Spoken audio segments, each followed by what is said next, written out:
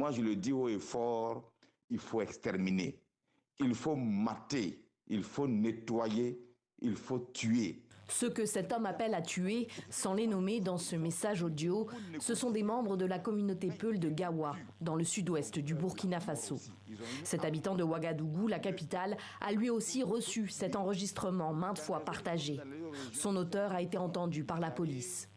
Ce type d'appel à la haine contre les Peuls se multiplie depuis plusieurs mois parce que certains Burkinabés les accusent de soutenir les groupes terroristes qui ensanglantent régulièrement leur pays.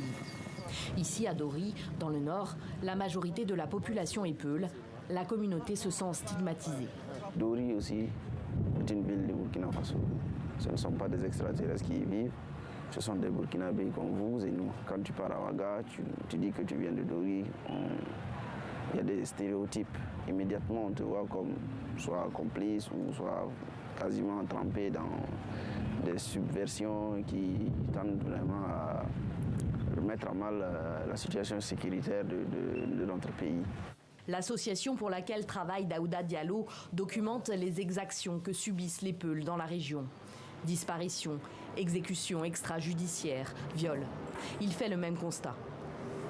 Quand vous voyez des audios qui circulent et qui appellent au massacre collectif, au génocide, qui appellent à la guerre civile à la limite, c'est vraiment très inquiétant pour le pays parce que ce n'est pas la première fois. Certains auteurs de tels messages contre les Peuls ont été identifiés et condamnés par la justice. Les autorités burkinabées assurent prendre la situation au sérieux. On ne peut que condamner ces messages avec véhémence parce que ce sont des messages qui sont véhiculés dans le but d'entretenir les terreaux du terrorisme.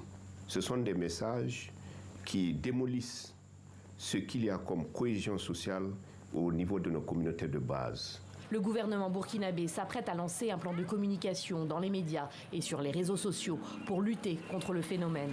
Il prévoit aussi d'appuyer financièrement les associations et ONG qui œuvrent sur le terrain pour consolider la cohésion sociale au Burkina Faso.